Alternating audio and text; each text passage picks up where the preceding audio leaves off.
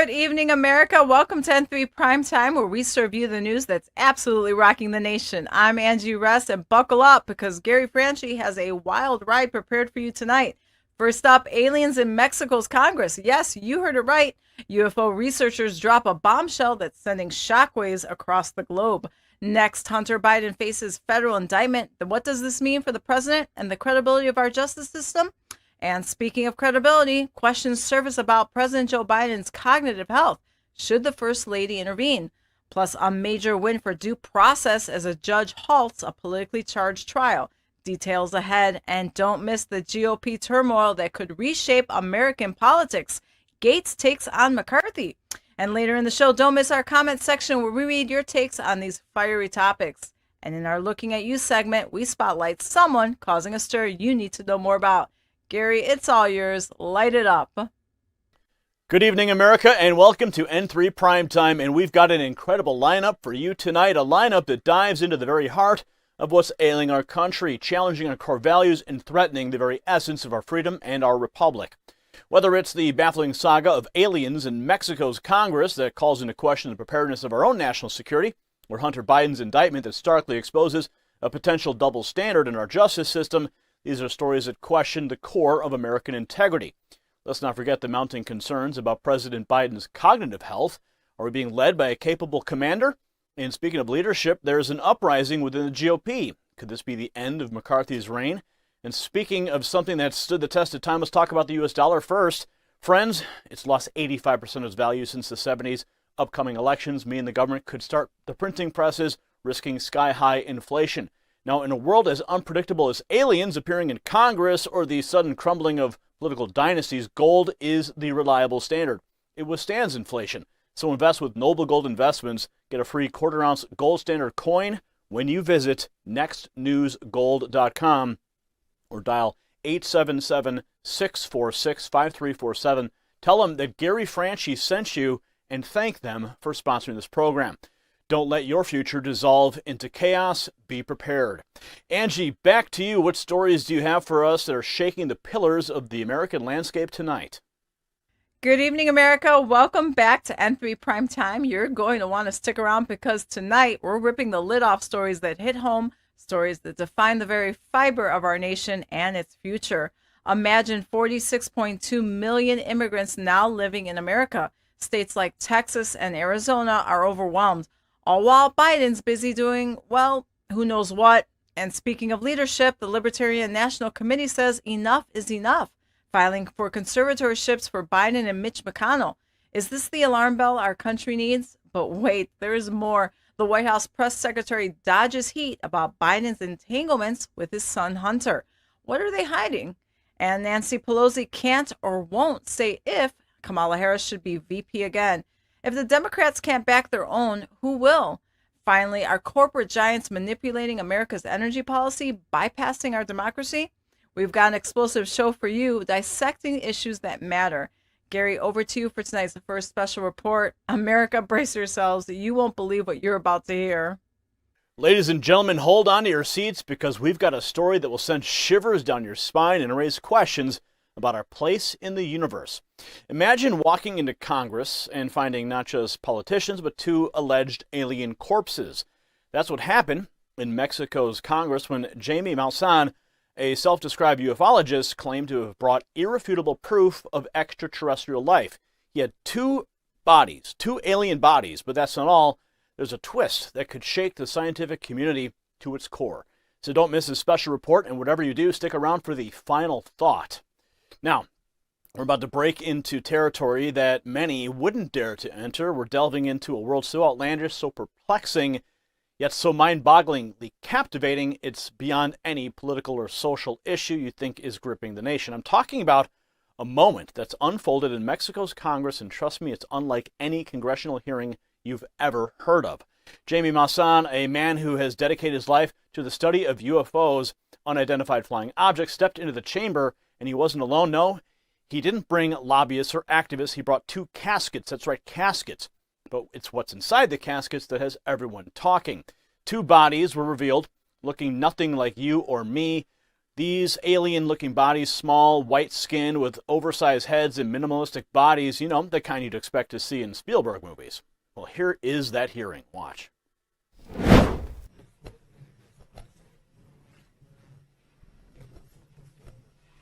After disappearing, there is no further evolution. According to the National Autonomous University of Mexico, who conducted the carbon-14 analysis, these beings are about 1,000 years old, meaning they are not beings that were recovered from birds, which are crashes, but are beings that were buried. In diatomite mines, diatomaceous earth. Diatomite is a fossilized algae with 17 million years of age. It is phytoplankton that was abundant at that time, and when it disappeared, it fossilized, and diatomite has extraordinary characteristics. It desiccates bodies, does not allow the growth of bacteria or fungi. Therefore, it allowed these bodies to be preserved, desiccated for 1,000 years. These are not mummies. These are bodies that are intact, complete, that have not been manipulated internally, and that have a series of elements that make them truly extraordinary.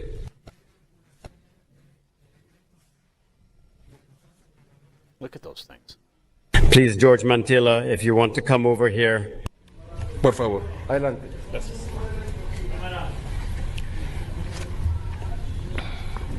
I don't know what those are. Aliens or not.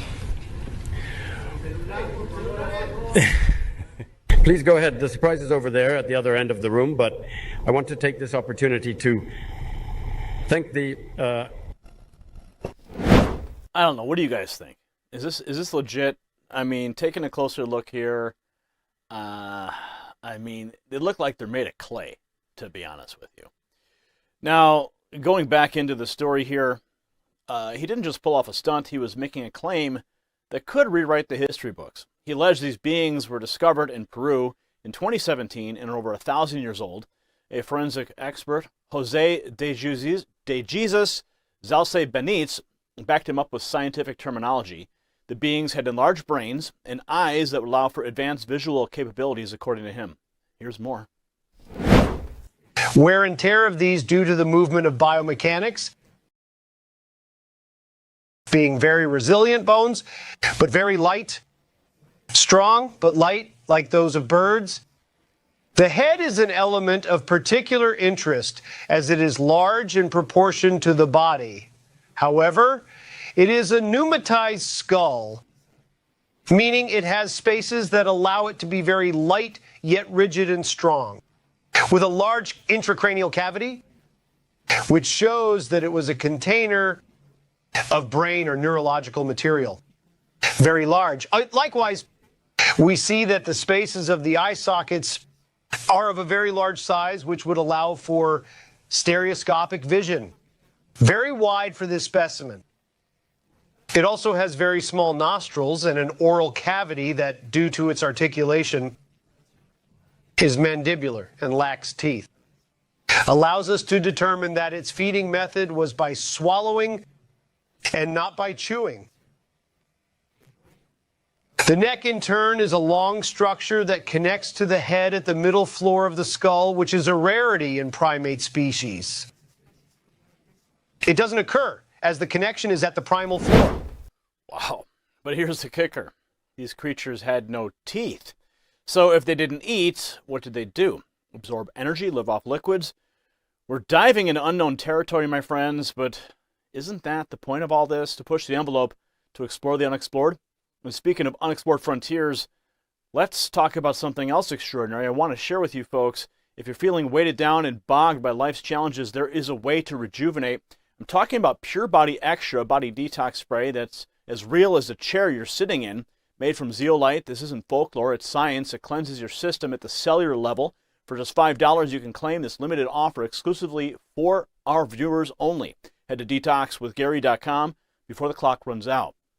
So where does all of this lead us? Well, interestingly, there was another man at this hearing, a man who lends credibility that's hard to dismiss. I'm talking about Ryan Graves, the executive director of the Americans for Safe Aerospace organization. This isn't just a guy off the street. Graves is a former Navy pilot who's testified in the United States Congress on the topic of USOs. Now, in July, Graves spoke about UFOs, saying that they can be differentiated from man-made aircraft by staying completely stationary in Category 4 hurricane winds and then accelerate at supersonic speeds. Watch. How do you know that these were not our aircraft?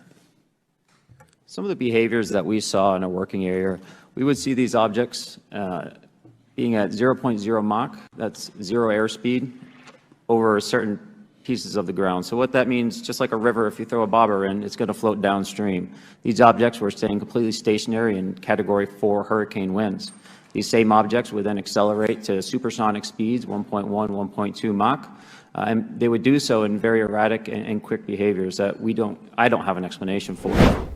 But here's where it gets complicated. After the Mexican hearing, Graves stepped back. He said the presentation of these so-called alien bodies was a setback for serious research into what's really going on in the skies. To him, this whole episode risked turning a genuine security concern into something resembling a late-night TV special. So what is the takeaway here? On one side, we have Maussan, a man committed to proving that we're not alone in the universe. On the other side, we have skeptics who believe this is just another sideshow, another piece of entertainment that distracts from real issues. But isn't the role of governments and scientific bodies to dig deeper? If there's even a 1% chance that what Maussan is showing us is real, isn't it worth a proper investigation? Shouldn't we, as the public, demand transparency on these topics? Do we really know everything there is to know? If there are unidentified crafts in the sky, doesn't it fall into the scope of national security to figure out what they are? And how about the videos that were shown during the hearing? Here's footage of Mexican pilots struggling to make sense of fast-moving crafts in their path. Watch. From the United States to going around, here we have an object captured with a telescope where you can see its core and the energy it produces around it. The service, turns out to be pivotal, recognizing these phenomena in Mexico. From the United States to going around, here we have an object taken with a telescope where you can see its core and the energy it produces around it. If advanced aerospace organizations and fighter pilots are perplexed, then surely it's a matter that requires our attention. We can't just sweep it under the rug and move on to the next trending topic. So here we are, in a world increasingly defined by scientific advances, robotics, and artificial intelligence. Yet, when faced with the possibility that life might exist outside our blue planet, we're quick to dismiss it as fodder for tabloids. Why? Are we scared of the universe? Are we scared of the unknown? Or is it that we're so deeply entrenched in our day-to-day lives that the thought of extraterrestrial life shatters the very framework of our beliefs? In the age of information, ignorance is a choice. And let me tell you, this episode of Mexico has kicked open a door that many would rather keep shut. Whether it leads to enlightenment or ends up being an elaborate hoax, we can't afford to turn our backs on the unanswered questions that loom larger by the day. So why does this surreal episode of Mexico matter to us, the American people? Well, it's not just about the sensational claims or the circus-like atmosphere it created. This story sheds light on the broader discussion about unidentified flying objects or phenomena, what we commonly refer to as UFOs or UAPs. These are not mere fantasy elements or subjects of a Netflix binge. They pose real questions about national security, aerospace safety, and the unexplained, and of course, our faith in God. So what if there is more out there? What if this isn't a stunt, but a glimpse into something far more substantial? Think about it. It's more than just a theory. It's about being prepared for whatever our universe has to throw at us. And that's why it matters, and that's why we must demand our governments take these matters seriously. Now turning to national demographics, Angie has some startling new census data on the immigrant population. Angie? We've hit a shocking record high with 46.2 million immigrants now living in the U.S., thanks to Biden's open border agenda. That's nearly 14% of our entire population. While Biden welcomes tens of thousands from Afghanistan and Ukraine, it's the flood of illegal migrants from our southern border that's the real crisis. States like Texas and Arizona and New Mexico are being hit the hardest, risking our national security with unchecked entries. And get this, cities like New York and Chicago are scrambling to cope as a result of declaring themselves sanctuary cities. New York City Mayor Eric Adams even warns this could destroy the city.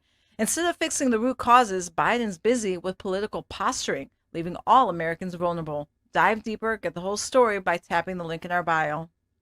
A legal bombshell hit the White House today. Gary, tell us what you know. And now a special report that will make your head spin. We're diving deep into the shocking developments about Hunter Biden's federal indictment on 3 felony counts.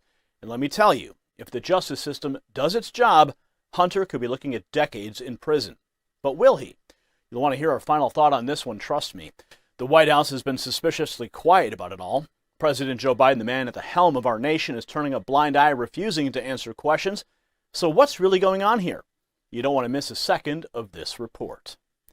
Now, you might think that in a country as developed, as advanced as ours, the rule of law would be sacrosanct. You'd think that the laws governing us would be applied fairly, irrespective of who you are. Well, think again. Let's delve into the Hunter Biden saga, a story that you'd expect to be headline news, but astonishingly isn't. Hunter Biden, the son of the President of the United States, has been federally indicted on 3 felony counts. And now here are the raw facts. Count 1 against Hunter alleges false statements in the purchase of a firearm, carrying a maximum of 10 years in prison. Count 2 suggests false statement related to information required to be kept by federal firearms license dealer, which could see Hunter behind bars for another 5 years. Count 3, possession of a firearm by a person who is an unlawful user of an addicted to a controlled substance adds another potential 10 years. Now, math is hard for some, but this is simple. We're talking about a potential 25 years in prison. Add this up to $750,000 in fines, and you've got a situation most Americans would find dire. What makes this even more bewildering is Hunter's audacious, most arrogant admission in his memoir, Beautiful Things, about being addicted to crack cocaine. Hunter himself states, "I was smoking crack every 15 minutes. That's right, America, every 15 minutes. It seems Hunter's only superpower was finding crack anytime, anywhere. So, just how did he fill out legal forms in October 2018 stating he wasn't using drugs? Well, let's pause for a moment. I want you to think about something that also matters in these uncertain times. I'm talking about your financial security. Just like Hunter Biden's recklessness might catch up with him, so too could the recklessness of our government's monetary policy catch up with you. The U.S. dollar has been steadily losing value, and Noble Gold Investments offers a safety net. Gold. Invest with Noble Gold, and they will give you a free 24-karat quarter-ounce gold standard coin. Go to nextnewsgold.com or dial 877-646-5347. Now back to the story. Now, you'd think that Joe Biden, who's been more vocal about his stance on gun control, would be the first to comment or even to condemn. Instead, he ignored questions about his son's indictment. Watch. Any reaction to hello? So I'm going to start exiting right this way. Thank you. Thank you.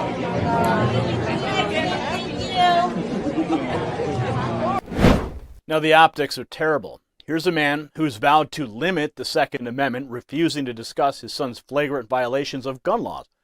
And don't get me started on the White House Press Secretary Karine Jean-Pierre's flat-out refusal to comment on Hunter Biden's business dealings. Watch. And with that, folks... Could you explain why the president interacted with so many of his son's foreign business associates? More than half of voters told CNN they believe the president was involved and he lied. You can't have a response to that, Karine?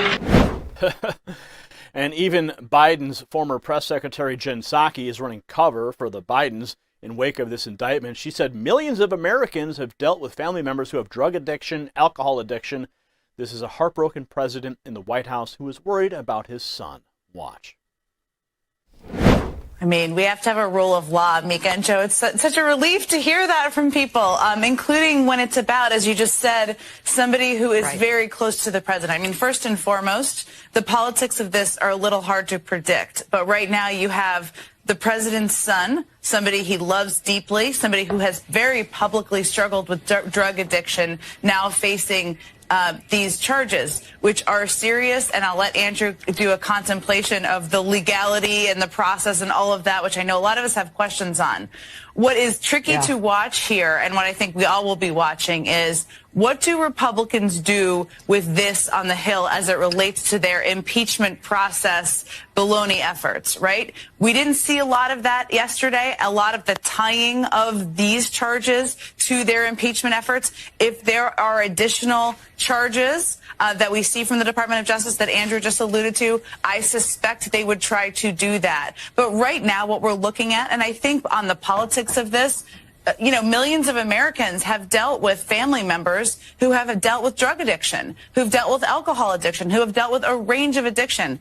My bet is right now this is a heartbroken president in the White House who is worried about his son. And we're all watching to see kind of what happens with this. So, Andrew, my question for you. I was going to ask Andrew, because I'm just curious, because we're all trying to figure this out. What happens exactly next here, right? There's a lot of talk, which is important for all.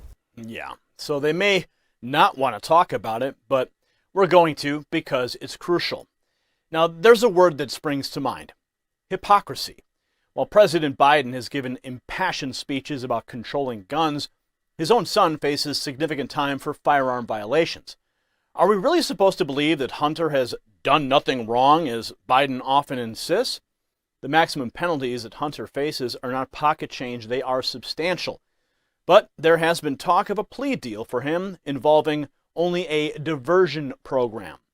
If any of the rest of us were mere mortals, were indicted on 3 felony counts, they'd lock us up and throw away the key. And where does this lead us? To a disturbing double standard. This isn't just about Hunter Biden's alleged felonies, it's a stark commentary on the current state of American justice. How can we trust a system that plays favorites so openly? A system that allows those in power to maneuver their way around laws that the rest of us are held to. This isn't just about one man's downfall. It's about a system that allows certain individuals to evade justice through connections, wealth, or sheer audacity. If we let this go, if we allow Hunter Biden to sidestep the consequences of his actions, then we're setting a precedent. We're sending a message that laws are not universal in this country, that they're more guidelines than actual rules for some people. And that, ladies and gentlemen, is a road we do not want to go down. And here's why this story is so crucial to every American citizen. It's not just about Hunter Biden or even Joe Biden. It's about the state of our country. If those in the highest echelons of power can flout the laws they themselves endorse and ignore the repercussions, then what does it say about the justice system in America? What message does it send to our children? Are we teaching them that you can break the law as long as you have connections? We, the American people, deserve better. We deserve a government that respects us and the laws that it passes. If Hunter Biden is guilty, he should face the consequences, just like any other American would, no exceptions, no excuses. Because, folks, this is a moment of reckoning, not just for the Biden family, but for the soul of America. In other political news, the Libertarian Party is taking aim at both Biden and McConnell in a unique way. Angie, what are the details? The Libertarian National Committee is taking a bold step. They're filing for conservatorships for President Joe Biden and Senate Minority Leader Mitch McConnell, claiming both are too mentally frail to lead. And who can argue? We've all seen the lapses, the stumbles, and the confusion. Libertarian Chair Angela McArdle didn't mince words. She's saying what many Americans are already thinking. These men are not fit to govern. This isn't just about age. It's about policy failures, too. We're talking $4.8 trillion in debt, a messy situation in Ukraine, and domestic policy blunders. While some may dismiss this as a political stunt, the message is clear. America is in crisis, and it's time for a change. Dive deeper, get the whole story by tapping the link in our bio. A surprising revelation about the First Lady comes from an unlikely source, an elderly voter. Gary?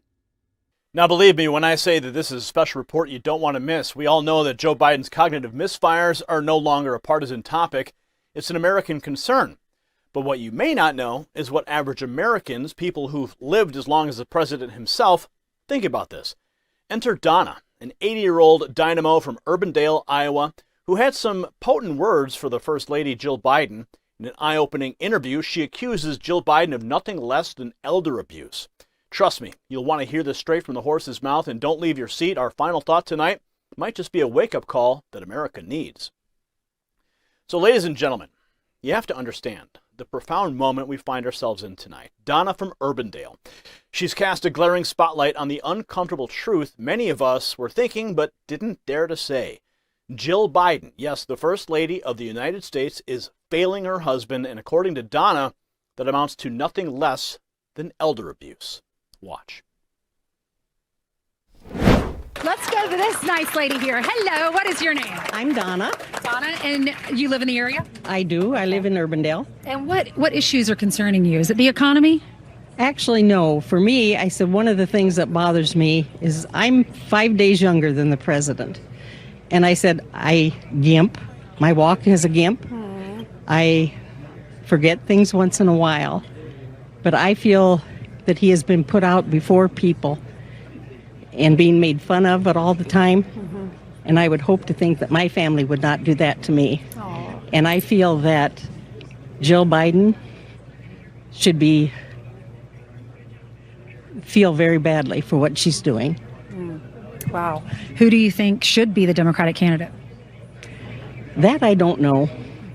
I think that I like to see, because the Democrats don't like him, I like to see the Kennedy running. I think that's kind of fun to see what they're going to be doing this week. I agree with you too. Thank you so much. Now, you might think this is a heavy claim, but why is it so hard to consider?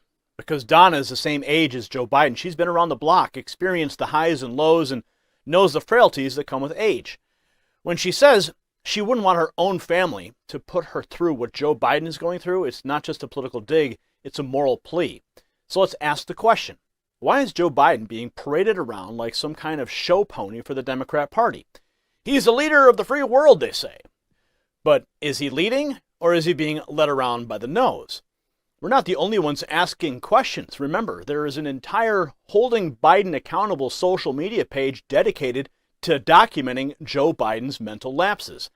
This isn't some fringy conservative musing. This is a clarion call for bipartisan sanity. And Donna, an 80-year-old sage, had the guts to say it on national TV, so God bless her. I mean, even foreign media, who have no stakes in our domestic politics, are openly discussing the president's mental state. They don't have to worry about being canceled for speaking the uncomfortable truth. So what does it say about our country when outsiders are more willing to point out the apparent than our own media? Now here's where things get a bit more personal. We often talk about personal responsibility on this show. Well, according to new health data, a staggering 74% of U.S. adults are overweight, 40% of those are obese. So why is that relevant? Because it shows that many aren't taking care of ourselves. But you can change that. Use this amazing supplement for weight loss made from naturally sourced ingredients that contain CLA, known to speed up fat breakdown. Start taking responsibility for your health today. Order at 51% off at trimwithgary.com. Now let's get back to the matter at hand. So where does this leave Jill Biden in all this? Is she a willing accomplice in her husband's public spectacle, or is she an ignorant bystander? Well, Donna thinks she should know better. And you know what? We do too. Jill Biden is not just Joe's wife. She's his closest advisor, his partner, the person who knows him better than anyone else. She vowed to be there in sickness and health, remember? Then where is she when we see Joe struggling, stumbling over his words, and walking off during important events? Now, don't get me wrong. Political marriages are often filled with complex calculations, but there's a fine line between doing what's best for your party and what's doing best for a loved one. It's time to question Jill Biden's role in this unfolding saga. Is she prioritizing her own ambitions, the ambitions of the Democrat Party, or the well-being of her husband? Now let's circle back to Donna, okay? She doesn't have the answers to the 2024 election. She'd find it fun to see Kennedy running for office just for the drama it would cause in Democrat circles. But what Donna is truly illuminating is the human aspect of politics. These aren't just talking heads on your screen. These are people with lives, families, and yes, deteriorating health. You see, the elephant in the room is that we're not just talking about the president, we're talking about a human being who is clearly struggling. And we're talking about another human being, Jill Biden, who should be his fiercest advocate but appears to be anything but. The left would have you believe that questioning Joe Biden's cognitive state is unpatriotic. It's akin to treason. But here's the irony. The ones mistreating the president by not acknowledging the obvious. So, ladies and gentlemen, let's not overlook the gravity of what an 80-year-old Iowa grandmother said on national television. This isn't just a gotcha moment. This is a wake-up call for the entire country. When someone from the same generation as the president stands up and says what many of us have been thinking but hesitating to say, it's time to pay attention. Donna reminds us that our leadership isn't some abstract concept. It's real people making real decisions that affect all of our lives. And when one of those people isn't fit for the role, and the other who promised to care for him in sickness and in health fails him, it's more than a personal tragedy. It's a national crisis. Donna spoke for a nation, and it's time we all listened. Tensions ran high today as KJP fired back at a reporter over impeachment inquiry questions. Angie? White House Press Secretary Karine Jean-Pierre dodged some heat this week when asked about Biden's involvement in his son Hunter's foreign dealings. Just a day after House Republicans announced an impeachment inquiry against the president, the press secretary was on the defensive. When asked if Biden lied to the public, Jean-Pierre ducked and dodged. A CNN poll shows over half of voters believe Biden was involved and that he lied. Instead of answers, what do we get? The press secretary walking out of the room. If the administration wants us to believe there's no culture of corruption, they've got to do better than this. Dive deeper, get the whole story by tapping the link in our bio. A major legal victory for Trump today, leaving Fani Willis at a loss for words. Gary? And now a special report that will blow your mind. The liberal district attorney Fani Willis, who's been gunning to put former President Trump on the fast track to a Georgia courtroom, just got the wind knocked out of her sails. A judge ruled in favor of due process, of all things, granting Trump his rightful day in court, just not when Miss Willis had hoped. This story pulls back the curtain on the left's underhanded attempts to manipulate justice. Stay tuned, because you don't want to miss the final thought on why this courtroom showdown means more than you think. Ladies and gentlemen, let's roll up our sleeves and get into the nitty-gritty details of what just happened. The ruling by Judge Scott McAfee wasn't just a win for President Trump and the 17 other co-defendants. Oh no, this was a victory for something that seems to be in short supply of these days: due process, common sense, and the rule of law. Let's take a look at ABC News and how they're covering this.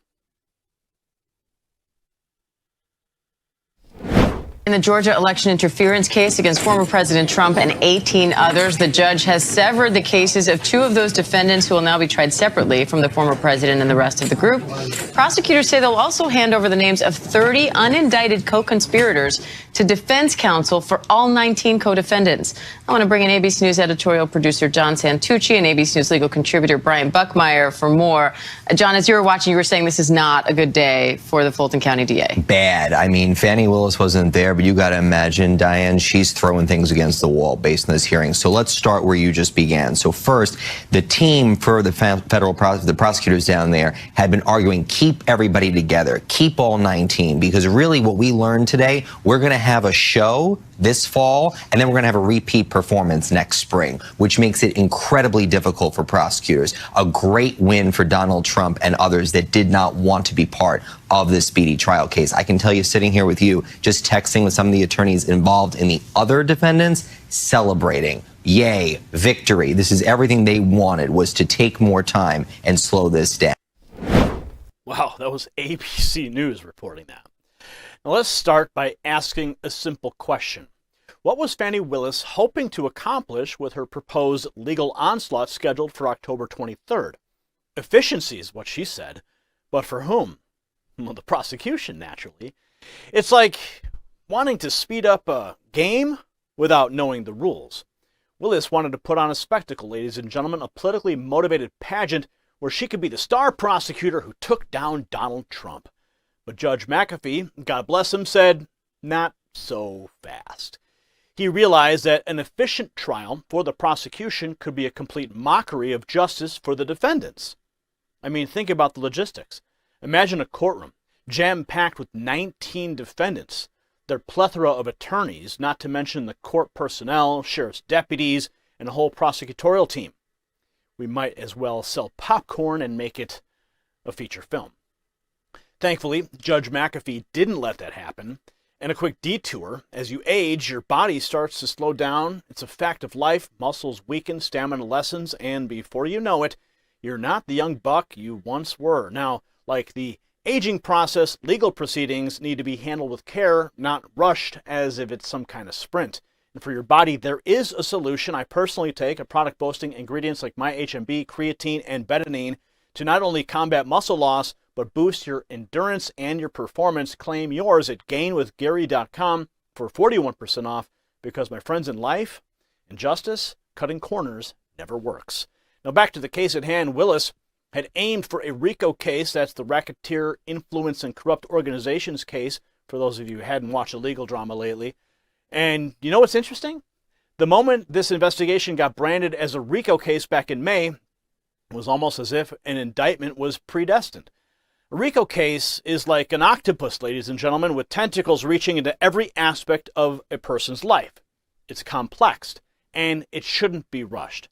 You see, the Atlanta Journal-Constitution pointed out some very intriguing details. Judge McAfee was fully aware of the monumental logistics required for such a trial. He raised concerns about opening and closing arguments, cross-examinations, and the myriad of evidentiary objections that would rain down in a trial involving 19 defendants. In simpler terms, it would have been a complete mess. And let's not ignore what this mega trial would mean for the Fulton County Courthouse. The judge himself admitted that the courthouse wasn't adequately large enough to handle such a behemoth of a trial. Think about that.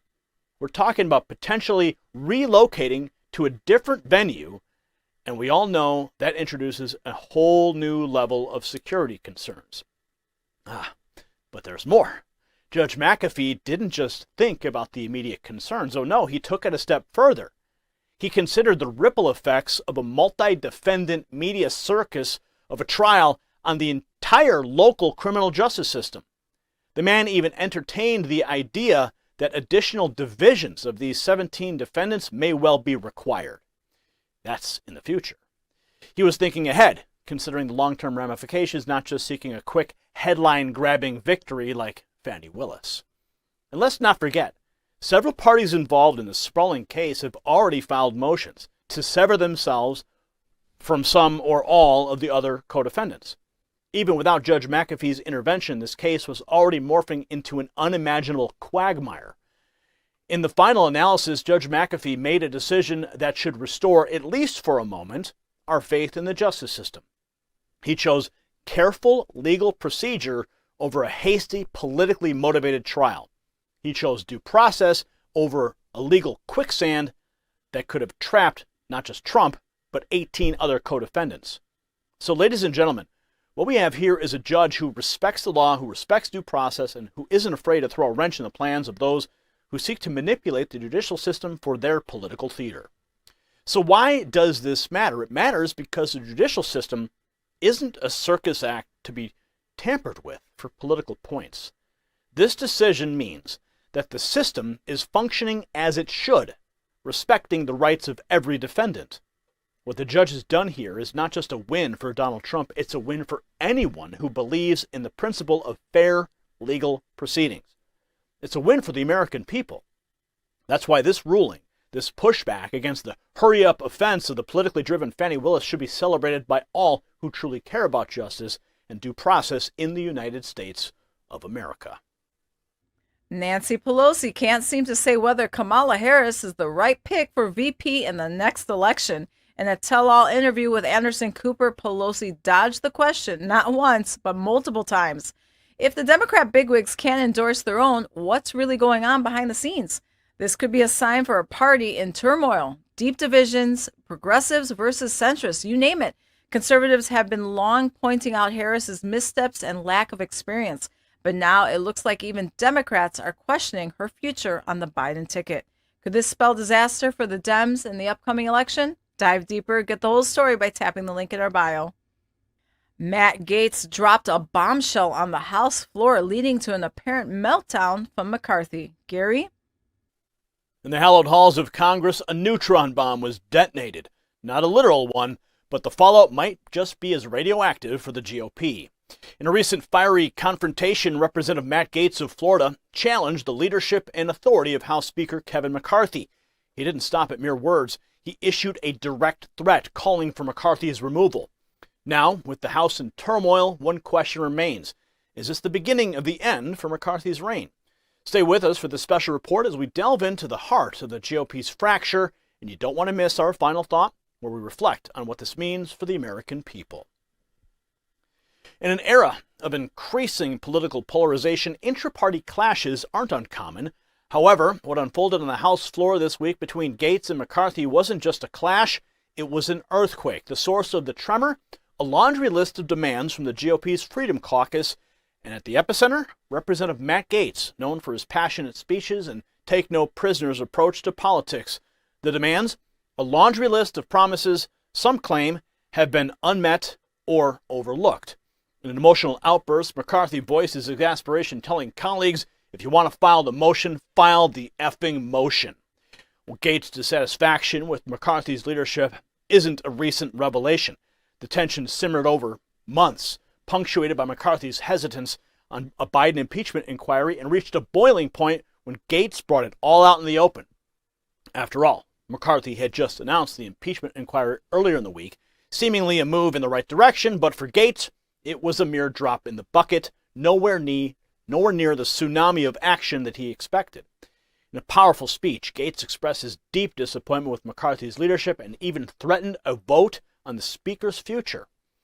In a sharp criticism, he reminded the Speaker of promises made in January and questioned the failure to follow through with them. No votes on term limits, balanced budgets, and a delayed approach to Biden's impeachment were all on Gaetz' charge sheet. Watch. On this very floor in January, the whole world witnessed a historic contest for House Speaker. I rise today to serve notice. Mr. Speaker, you are out of compliance with the agreement that allowed you to assume this role.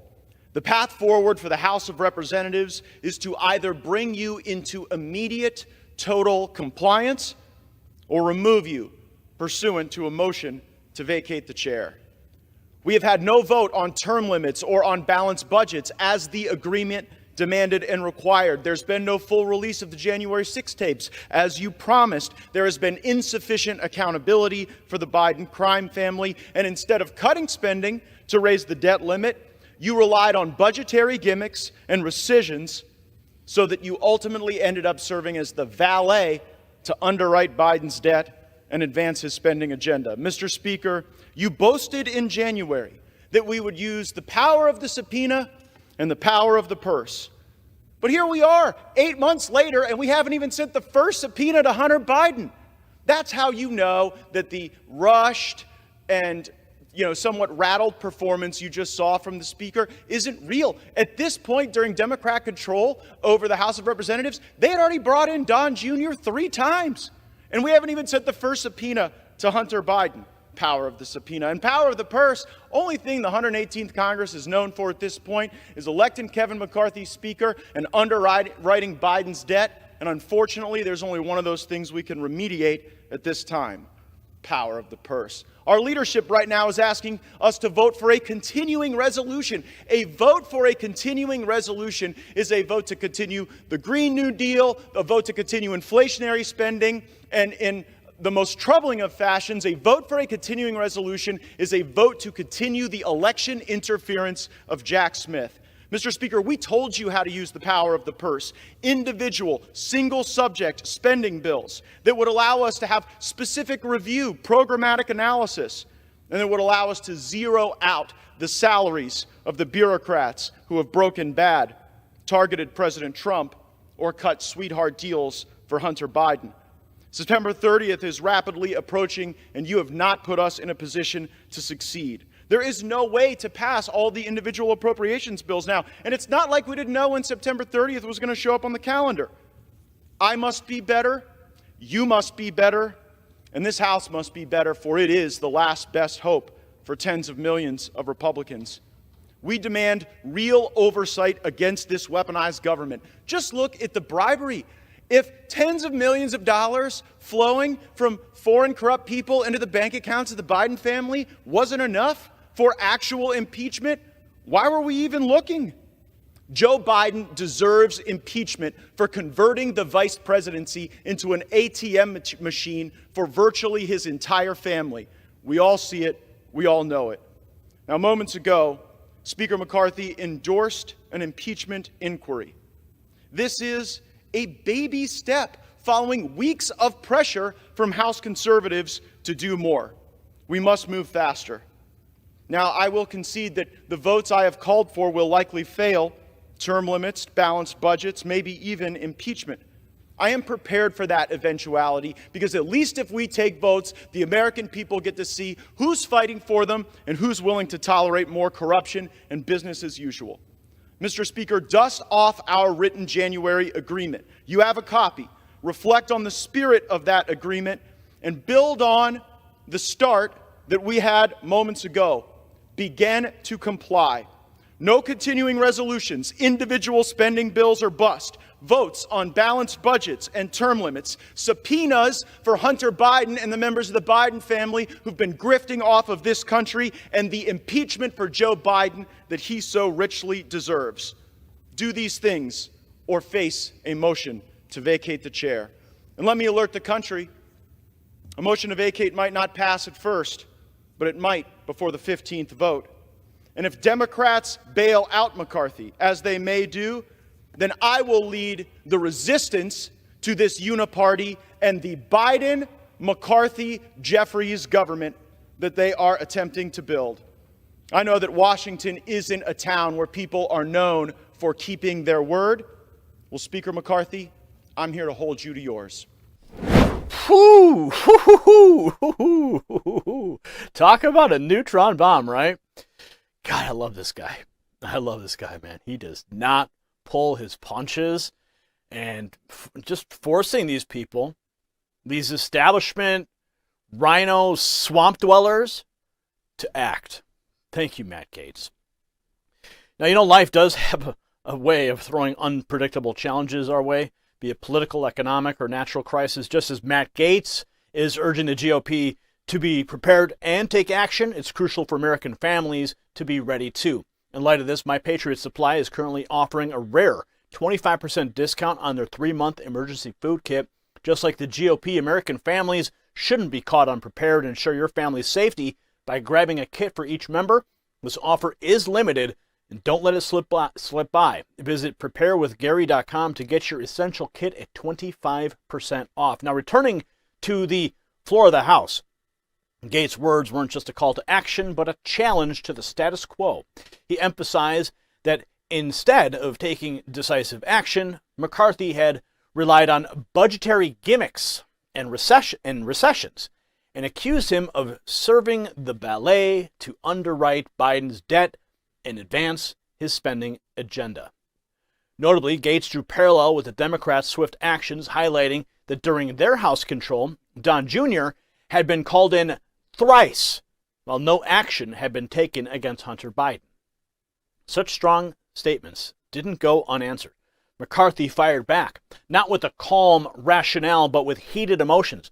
He said, "If you want to file the motion, file the effing motion." That was his response to GOP colleagues. His frustration was evident not just with Gaetz, but with the entire scenario he's found himself engulfed in. Quote, "I'm frustrated." That's what he admitted, adding fuel to the fiery political spectacle that's unfolding. And Gaetz, in his characteristically unabated style, fired back after McCarthy's outburst. Instead of responding to the emotional charge, he hit on the tangible. Quote, "Instead of emotionally cursing, maybe the speaker should just keep his word from January on balanced budgets, term limits, and single subject spending bills." That's what he declared to the Hill. Interestingly, this feud wasn't just contained to Gaetz and McCarthy. The tremors were felt far and wide, with other GOP members expressing their exhaustion with Gaetz' continuous threats. Representative Brian Mast of Florida brought a voice of reason into the narrative, emphasizing that the constant threats need to stop. He said, "Stop holding up everyone's work," and he highlighted the detrimental effects of such disputes on the functioning of the House. However, it wasn't just the men of the party. Marjorie Taylor Greene, a close ally of McCarthy, chimed in, and she criticized Gaetz for holding up the Pentagon appropriations bill over McCarthy's action of rather, or lack thereof. Quote, If we're going to be able to do our job, we need every single member in our conference to show up. That's what she voiced, hinting a desire for unity and progress. All this paints a vivid picture, a party divided with its leader at odds and the future direction in question. Will McCarthy's leadership stand the test of Gates' neutron bomb, or will the GOP see a leadership reshuffle in the coming weeks? The current scenario brings forth questions about the true nature of our republic within the party and its ability to maintain unity in the face of internal differences. Now, it's evident that Speaker McCarthy's complacency has allowed new voices like that of Matt Gaetz to gain momentum, pushing the once stoic leadership into a position of response rather than initiative. Gaetz' audacious challenge serves as a wake-up call, a call demanding more than hollow rhetoric from those perched at the helm. While Gaetz' bold tactics may ruffle some feathers, they shed light on the urgent need for action, highlighting the complacency of the old guard. The Republican Party stands on the edge of division, but from these challenges can arise a more cohesive, determined party. The time is ripe for unity and bold action. The party's future hinges on bridging the chasm between its members. To stagnate is to fail. It's high time the GOP rallied together, champions its core values, and reclaims its place with vigor and unity. The Net Zero Financial Service Providers Alliance is facing allegations of antitrust violations. Angie, what have you got? Major financial giants, part of an alliance promising net zero carbon emissions, are now under fire. They're accused of breaking antitrust and consumer protection laws.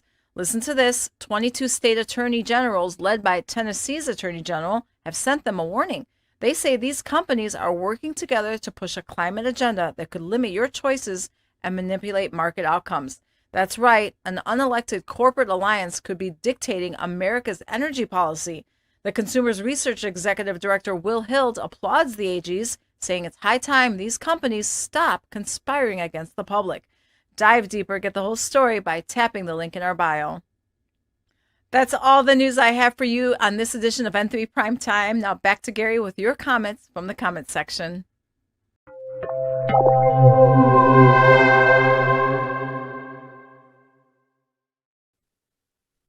You know what that sound means? It means it's time for your favorite segment of the show, the comment section. This is where we wade in the murky waters of public opinion to find the pearls of wisdom you, the viewers, have left us. Today's comments are pulled from our recent video, Panic Sweeps the White House as Biden's War Room Goes DEFCON 1.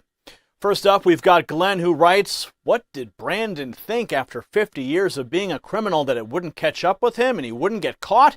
He truly is the biggest idiot Democrats ever nominated. Well, Glenn, you've struck gold. 50 years, right? It's as if Biden thought he was wearing a Teflon suit, that nothing would stick, but you can't escape your past forever, can you? And yet, the Democrats still handed him the nomination on a silver platter, proving that in politics, amnesia is often a virtue. Well, for some, anyway. Next, we have Dogbone, who states, impeach the whole damn Democrat Party. Well, Dogbone, you are not alone in your sentiment. A party that stands on shifting sands of truth, beholden to radical ideologies and ignoring the Constitution? Some would say that's an impeachable offense for the entire organization. Not too far off, are we?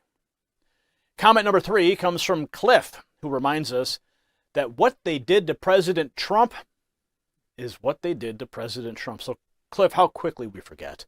The Democrats impeached Trump twice on dubious grounds, and now they're reaping what they have sown. Isn't karma a fascinating thing? And Andrew doesn't hold back. States, boy, is Jeffries not holding back on every trigger word. Time for America to know the truth. Andrew, Jeffries might be the canary in the coal mine, warning us that the air is getting pretty thin when it comes to honesty in Washington. It's high time America gets a strong dose of the unvarnished truth.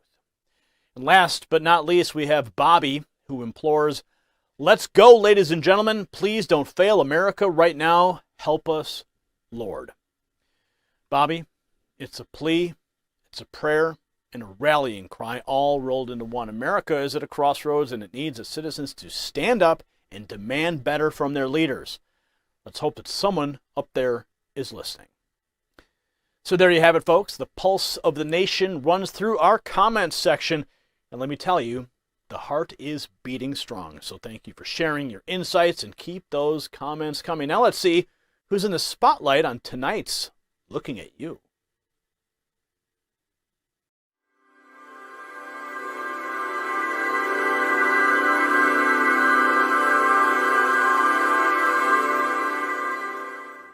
Let's set the scene, shall we? A press conference held by none other than Alexandria Ocasio-Cortez, the congresswoman who never seems to run out of ideas on how to spend your money.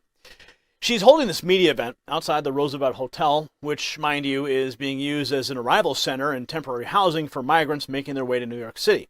But not everyone's on board with AOC's version of the American dream. Outside the hotel, protesters making their opinions loud and clear, chanting, "Send them back and close the border." Now, this isn't a fringe group. These are concerned citizens of the Big Apple. What happens next? Security pushes one of the protesters, who just so happens to be the New York City Council candidate, Jonathan Rinaldi, behind barricades. That's right. He's effectively silenced for voicing a different opinion. But it gets better. AOC gets a question that she can't dodge with her usual flair. She's asked about Mayor Eric Adams' warning that the inflow of migrants could destroy the city. Her response? I have to run. Thank you. Run? More like dodge the inconvenient truth. Watch this. Close the border! Close the border! Close the border! Close the border! And we're ready to send them back! Send them back! Send them back! Send them back! Send them back! Members, send them back! Send them back! We have unloaded diversity. Send them back! Send them back! California, Texas, Illinois, as well as You're a disgrace to the Hispanics. You're a disgrace to the Hispanics. You don't have representation. Get out! And what we seek to do. Close the border! Close the border! Okay. What the hell's wrong with this America? This is the United States of America. Yeah, that's what is there? What is this here then? Yeah, barriers for who? For who? For us? For the United States? No, you come down. You're complicit in destroying our city. Mental disaster. We see so many stories, heartbreaking stories, manifest itself here. But I think these are intentions. We are all Americans, and we all believe in the American dream. That's the common denominator. Just walk freely in this country. How about that? You're blocking traffic. You're blocking traffic. Excuse me, you're impeding my way. Move. Legal versus illegal petition. I got it. Don't worry about me, bro. There's 100 of our colleagues urging administration Being vigilant, work and receive information from grassroots communities, migrant families themselves, mutual aid organizations, and more. But right now, I think our main focus is the federal response, so that we have resources and a path to citizenship necessary, or a path to documentation necessary. And Mayor Eric Adams says that the city wouldn't cater to. I have to run. Thank you. Open it up. Focus on causing this division. It's all coming to you, motherfuckers. You think you're something special? How is that bringing unity to this nation when you're taking care of illegal immigrants over your own citizens? You can't be on Close the border! Close the border! Look at this country. They are illegal aliens! They are illegal aliens! That's what they are, illegal aliens! Illegal aliens!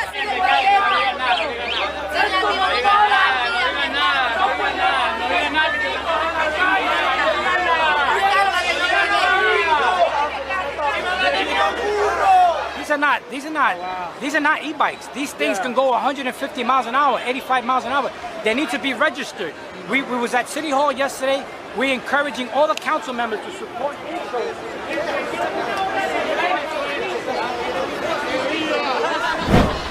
You know, I was in New York just a month or so ago, and I went past the Roosevelt Hotel, and it didn't look like that.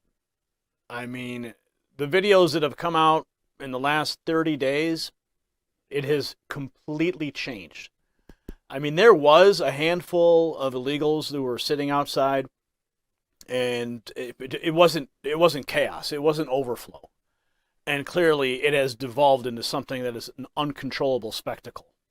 And this is all as a direct result of Joe Biden's open border policies. And you see how Ocasio-Cortez just ran away? Oh, I can't answer that question. Mayor Adams says it's the whole city is falling apart because of these illegals. Oh, sorry. Nah, my apologies. I got to run. So why does this matter to the American people? Well, it's simple. If this kind of unrest is boiling over in a city as diverse as and bustling as New York, what does it say about the rest of the country? When political leaders can't even answer for their policies in their own backyards, we got a problem, folks, a big one. It's not just a New York issue, it's an American issue, and it begs the question. Are we looking at the failure of progressive policies right in the heart of their own stronghold? And that's what we're looking at tonight. Don't turn away. Keep your eyes open, because this is the reality that we are living in. And it's not going away anytime soon. And that's why we are looking at those pissed off New Yorkers who have had enough. Well, America, let's pause and take stock of what we've discussed tonight. So I hope you've been keeping score at home, because the hits just keep coming. We live in a nation of seemingly endless contradictions. UFOs in Mexican Congress upend scientific orthodoxy, yet here at home, our very governance is called into question our leaders, their capabilities, and even their integrity. Remember, the strength of our republic rests not in just our ability to question, but also in the substance of those questions. It's your right, no, it's actually your duty, to ask whether Joe Biden and even Mitch McConnell are mentally fit to lead. It's not just about them, it's about you. It's about your savings losing value at an age of fiscal recklessness in a time when gold might be more reliable than the dollar. And just like a ship, if the captains are compromised, you best believe your voyage is at risk. Let's not forget the very fabric of our society, immigration.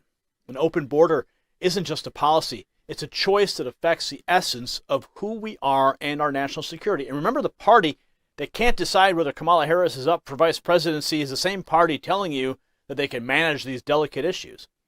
It's like a disorganized chef insisting he can perform open heart surgery.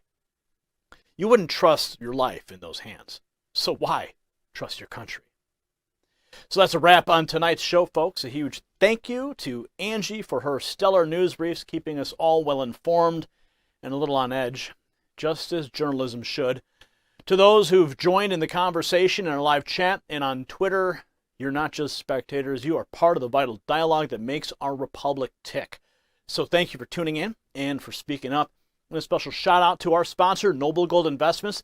Just like we question the reliability of our leaders, maybe it's time to question the stability of our assets.